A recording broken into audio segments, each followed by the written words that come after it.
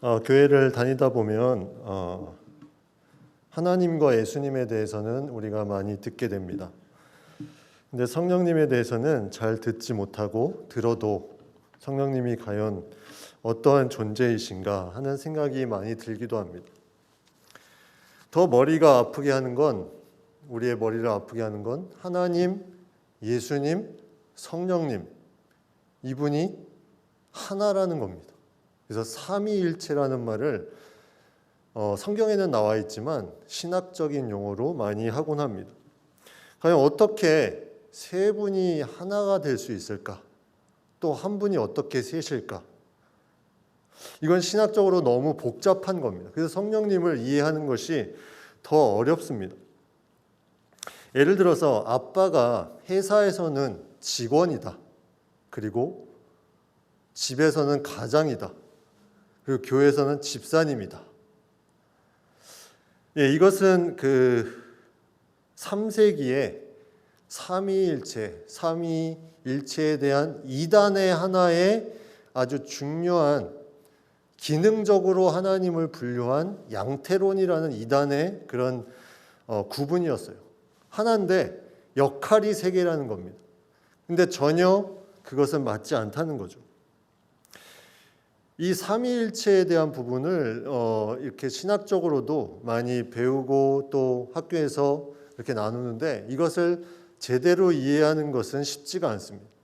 그래서 하나님과 예수님은 어느 정도 파악은 하는데 성령님을 파악하는 것은 너무나 어렵다는 거죠. 니케아 콘스탄티노플 신조가 있었습니다. 그때 발표한 내용이 있었는데 그 내용을 잠깐 읽어드리면, 성부와 성자와 성령은 동일한 권능과 위엄과 신성을 가진 각기 다른 본체를 가지신 한 본질의 하나님이다. 너무 어렵죠. 각각의 하나님이 동일한 권능과 위엄과 신성을 가졌는데 이것은 각기 다른 본체를 가진 하나의 본질의 하나님이시라는 거죠. 그래서 그 예를 들어서 어떠한 표현을 했냐면 상호 내주, 상호 통제라는 단어를 쓰면서 우리가 이렇게 둥글게 이렇게 해서 돌아가면서 춤을 추는 어떤 서클 댄스, 윤무를 이제 추는데 그 윤무가 하나의 모습으로 나타나는데 그 중간에 무언가 하나가 빠져버리면 그 춤이 이루어질 수 없다. 이런 식으로 예를 들어서 삼위일체를 이제 설명하는 것을 이제 보게 되는데, 사실 이렇게 말해도 이해하는 것은 쉽지 않습니다. 왜냐하면 인간의 이해로는 그 모든 것을 이해할 수 없기 때문이죠. 그래서 어떤 신학자는 삼위일체를 그리고 애정 이런 것들을 이해하려고 하는 시간에 하나님의 말씀을 더 많이 읽어라.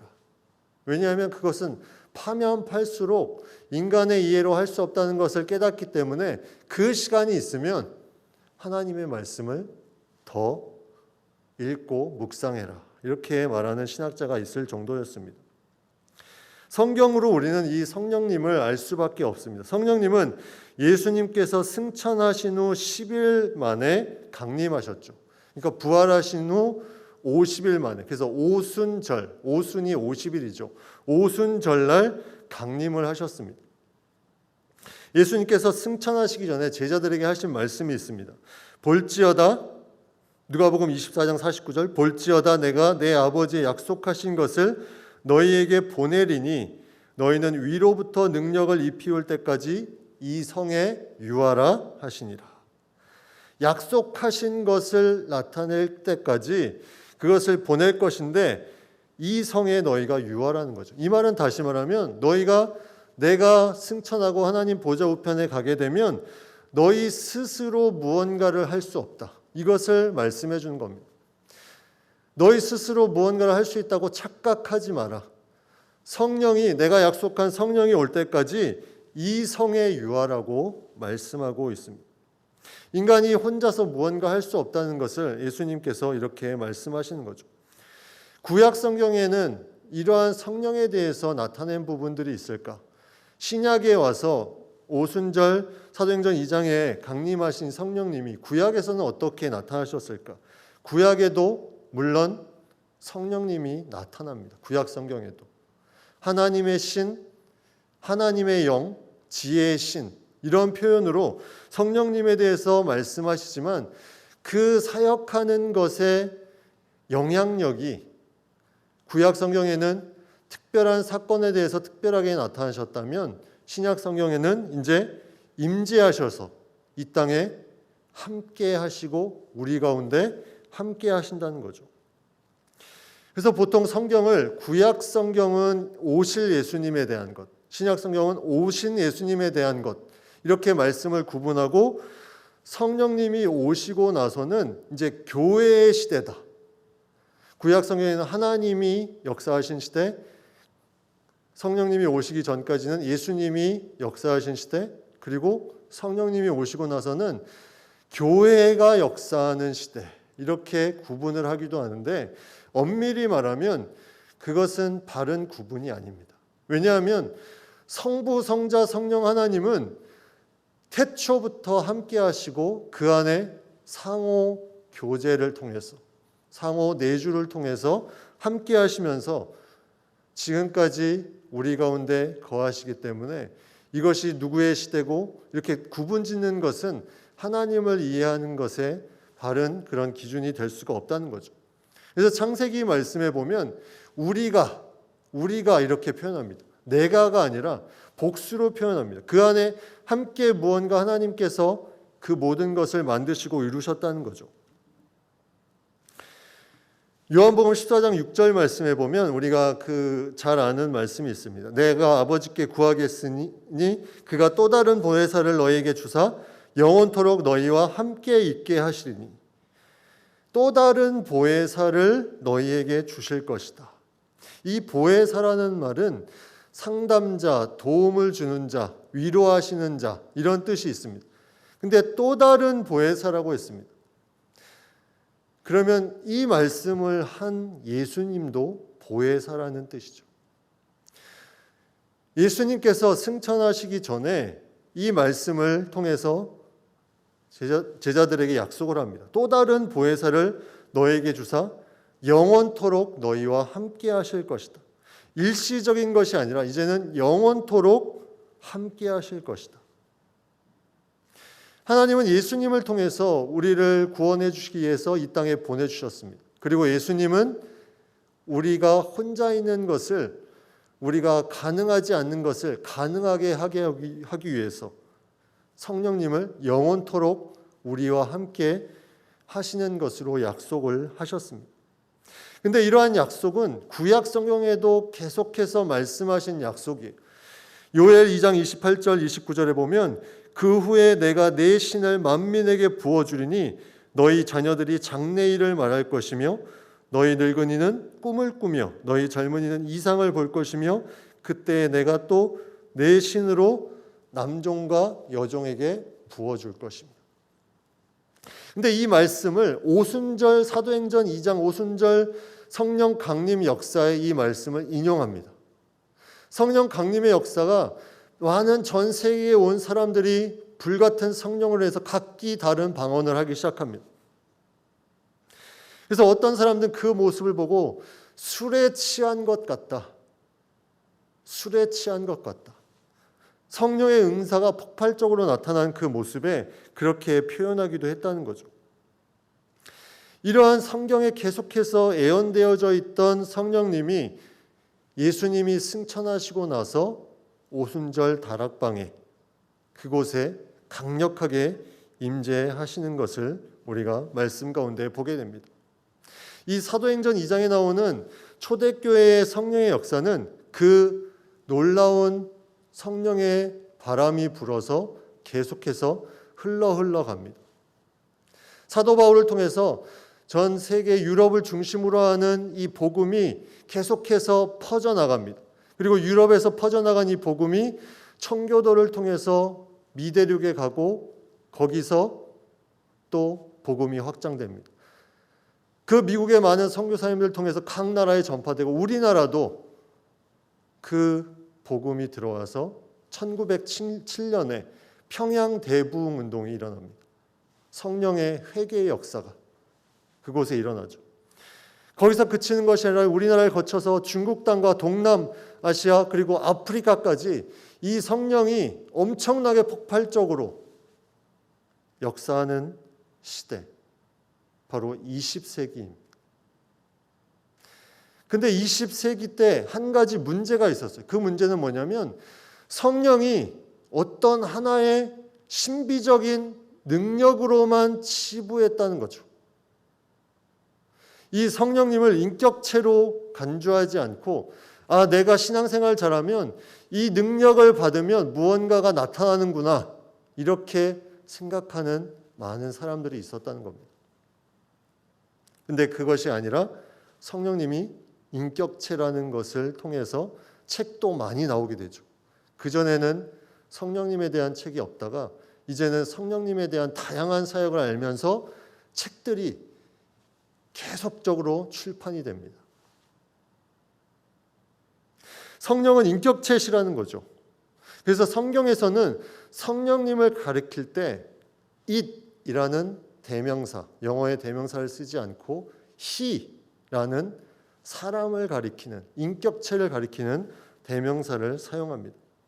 성령님은 우리 안에서 가르치시고 또 우리를 통해서 여러 가지를 같이 나누시고 또 말씀하여 주시고 그 모든 것을 통해서 깨닫게 해주시는 분이 성령님이시라는 거죠. 인격체다 하는 것은 지정의를 가지고 있다는 거죠. 하나님의 형상, 하나님의 형상이 우리가 하나님으로부터 받은 지적인 부분, 정서적인 부분, 의지적인 부분을 하나님의 형상으로 하나님께서 하시고자 하는 대로 지어진 것처럼 성령님도 인격체로 지정의를 가지고 있다는 거죠. 살아계신 분. 그래서 성경에 보면 관련된 많은 말씀이 나옵니다. 하나님의 깊은 것도 통달하신다. 그리고 성령님께서 우리의 연약함을 도우시고 말할 수 없는 탄식으로 우리를 위해서 간구하신다. 성령님께서 그 뜻대로 모든 것을 하신다. 이런 표현들이 나와 있습니다. 지적인 부분, 정서적인 감정적인 부분, 의지적인 부분들이 성령님께서 하시는 부분들이 말씀 가운데 나타나 있다는 거죠. 근데 그럼에도 불구하고 우리는 성령님을 정확히 느끼기가 어렵습니다. 성령님을 정확하게 느낄 수 있는 것은 정말 어려운 부분이에요. 오늘 9절 말씀에 보면 이렇게 말씀합니다. 9절 말씀에 만일 너희 속에 하나님의 영이 거하시면 너희가 육신에 있지 아니하고 영에 있나니 누구든지 그리스도의 영이 없으면 그리스도의 사람이 아니라. 우리가 정확하게 느낄 수는 없지만 정확한 것은 뭐냐면 그리스도인은 그 안에 성령님이 계시다는 거예요. 이것은 그 누구도 부인할 수 없습니다. 내가 성령님이 계신지 안 계신지 내 삶에 느낄 수는 없지만 하나님의 말씀은 정확하게 너희 안에 성령님이 있다고 우리에게 말씀하고 있습니다. 영국의 작가 존 버년이 지은 유명한 철로 역정이라는 책이 있습니다. 성경 다음으로 신앙인들이 꼭 봐야 할 베스트셀러다 이런 말을 하는데 그 철로 역정에 보면 그리스도인이 순례의 길을 가는데 이제 거기서 한 방에 들어갑니다. 근데 그 방에는 너무나 먼지가 많았어요. 먼지가. 그래서 그 먼지를 쓸기 시작합니다. 근데 어떻게 됩니까?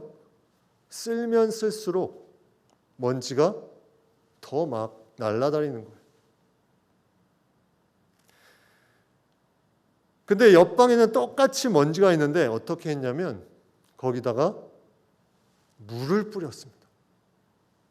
그러니까 더 이상 먼지가 날아다니지 않았다는 거죠. 이 물이라는 존재가 바로 성령님이라는 거죠. 우리가 행위로 아무리 쓰려고 해도 우리는 의롭게 될 수가 없는데 성령님께서 역사하사 우리 가운데 오시면 우리는 한 번에 변화될 수 있는 존재이다.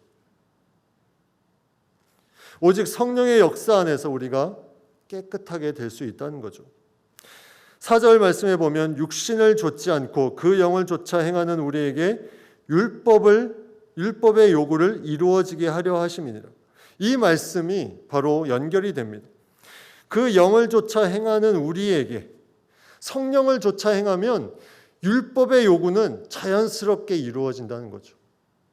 내가 성령을 의지하고 성령을 인도함을 따라서 나아가면 내가 이것을 지켜야지가 아니라 성령님께서 그렇게 만들어 주신다는 것. 이것은 너무나 중요합니다. 그래서 성령 충만을 받아라 이런 말씀을 많이 하죠.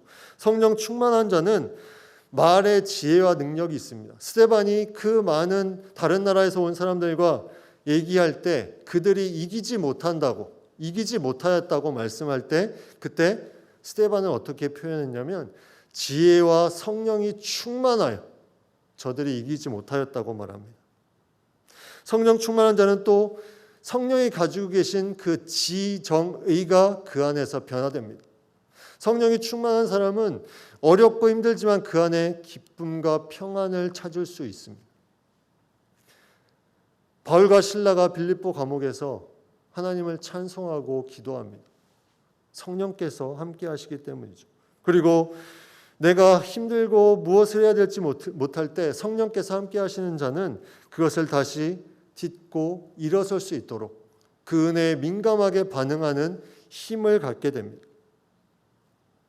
우리는 여러 가지로 삶을 반성하는 삶을 많이 삽니다. 내가 반성을 하고 내 자신을 돌아보고 그러한 삶을 많이 살죠. 근데 기독교는 반성해서 무언가를 낼 수 있는 종교가 아닙니다. 우리 인간이 아무리 반성을 많이 한다고 해도 우리 자신이 거룩해질 수 없다는 거죠. 내가 거룩해지는 유일한 길은 하나님의 말씀이 성령께서 나에게 역사할 때 그것을 통해서 우리는 변화가 될 수 있습니다. 많은 종교들이 있습니다. 종교의 차이가 무엇인가? 기독교, 유대교, 불교, 이슬람교 많은 종교들이 있는데 그 종교의 차이가 무엇이냐고 묻는다면 딱 하나 얘기한다면 바로 성령님, 하나님이 한 사람 한 사람과 같이 역사하고 동행하신다는 거죠.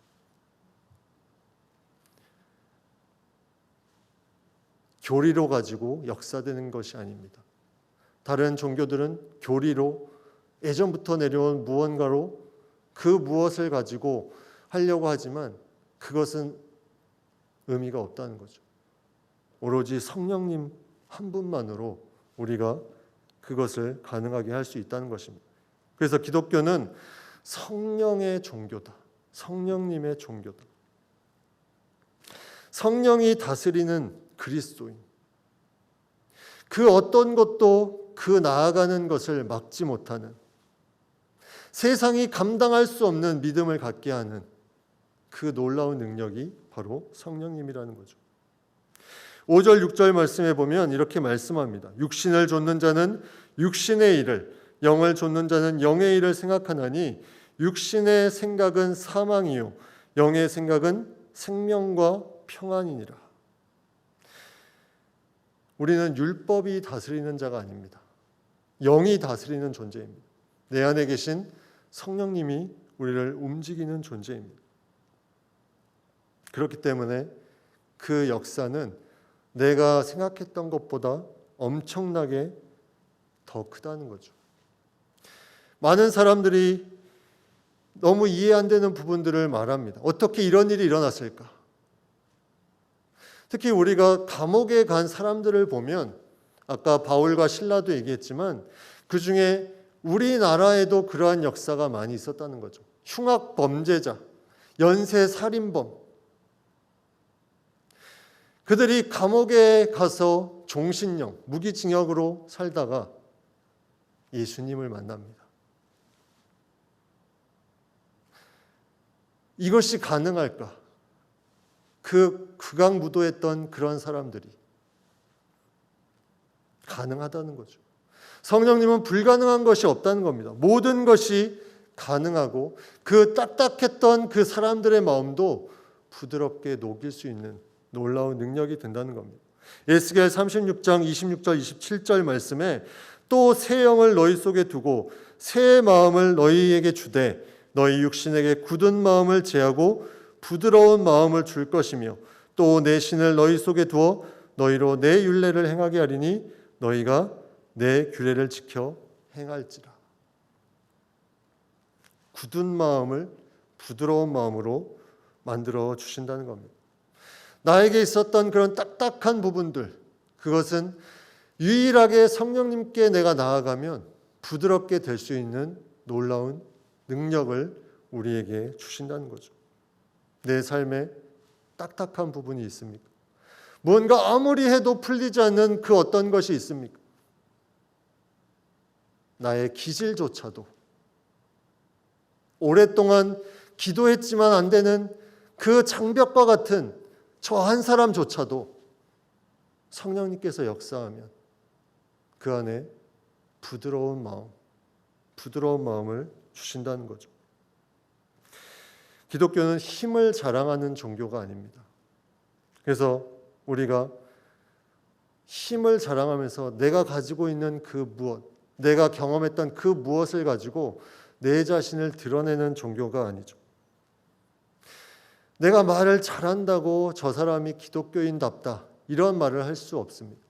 하나님의 나라는 말에 있지 않고 능력에 있다고 말씀합니다. 하나님의 나라는 성령님께서 인도하시는 그곳에 나타나는 능력으로 증명이 되는 것입니다. 우리 안에 무언가 너무 많은 것을 변명하려고 합니다.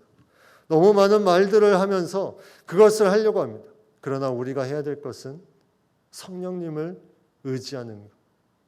성령님과 동행하는 것을 내가 민감하게 깨닫고 나아가는 것.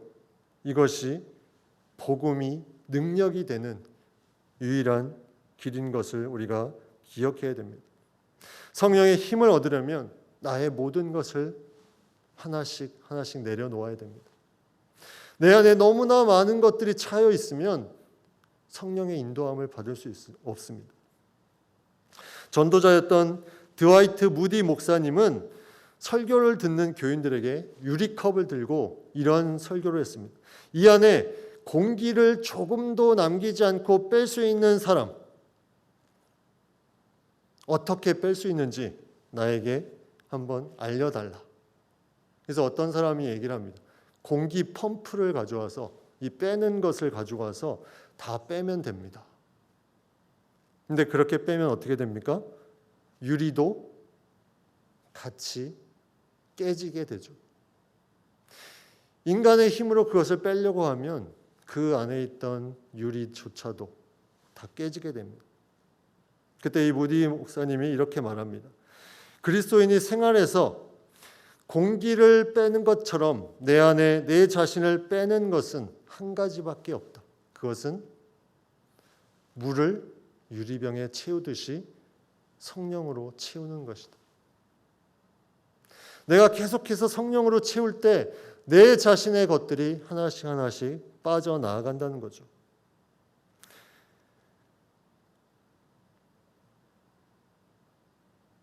성경 말씀을 읽을 때 우리에게 말씀합니다. 성령께서 우리에게 무엇을 해야 되고 어떤 부분으로 어떻게 살아야 되는지 우리에게 말씀합니다. 근데 그 말씀이 다른 사람들은 알지 못하는 성령님이 알려주시는 말씀이에요. 누가복음 10장 21절에 보면 천지의 주제이신 아버지여 이것을 지혜롭고 슬기 있는 자들에게는 숨기시고 어린 아이들에게는 나타내심을 감사하나이다. 이렇게 된 것이 아버지의 뜻입니다. 세상의 지혜와 슬기 있는 자들은 하나님의 말씀을 깨닫지 못하지만 어린 아이들과 같이 순전한 믿음으로 성령을 의지하며 나아가는 사람에게는 이 뜻을 나타내 주시는 것, 이것이 하나님의 뜻이라는 거죠. 우리가 힘들고 어려운 일을 겪습니까? 성령의 힘으로 다시 일어날 수 있습니다. 그 힘의 근원이 거기에 있기 때문에 우리는 충분히 다시 일어날 수 있습니다. 그러므로 우리는 우리를 다스리시고 인도하시는 성령님을 의지하며 나아가야 됩니다. 믿음과 소망과 사랑에 대해서 우리는 많이 말합니다. 믿음의 역사, 사랑의 수고, 소망의 인내, 이 모든 것에 성령님께서 함께 하실 때 이것이 가능하다는 거죠. 한 사람이 운전을 10년 동안 했는데 사고를 한 번 안 냈다. 아, 대단하다. 그런데 면허를 따고 한 번도 운전을 한 적이 없습니다. 당연히 사고가 안 나겠죠. 내가 예수님을 영접하고 성령을 받았는데 그 성령님을 한 번도 제대로 부르짖고 의지하지 않았습니다. 장롱 면허증과 같은 신앙. 그 무한하신 능력이 있음에도 불구하고 우리가 그것을 잊고 살았던 부분이 너무나 많았던 거죠. 거룩함은 내가 해야 될 것과 하지 말아야 될 것을 구분하는 것이 아닙니다. 거룩함은 성령을 의지하면서 성령 충만함 가운데 지속적으로 나아가는 것입니다. 우리가 거룩해지기 위해서는 성령님을 의지해야 됩니다. 그리고 그것을 기대해야 됩니다. 우리 인간의 한계를 가지고 생각하면 우리는 기도할 것이 별로 없어집니다. 내 생각으로 머물면 나는 기도해도 그 안에 가두어져 있기 때문에 기도의 폭이 넓어질 수가 없습니다. 그러나 성령님을 의지하면 기도의 폭이 점점 넓어집니다. 왜냐하면 무한하신 성령님의 능력과 동행하심이 그 안에 있기 때문입니다. 믿는 사람들은 상황이 다스려지는 그런 사람이 아닙니다. 환경으로 다스려지는 사람이 아닙니다. 하나님의 사람이라면 그 안에 성령이 계시면 우리를 다스리는 분은 성령님이라는 것을 잊지 마시기 바랍니다. 그 성령을 쫓아 행하는 삶, 그 인생이 바로 하나님께서 기뻐하시고 우리가 하나님을 더욱더 깊이 알아가며 하나님 나라를 향해서 나아갈 수 있는 귀한 삶임을 믿음으로 나아가는 우리 모두가 되기를 간절히 바랍니다.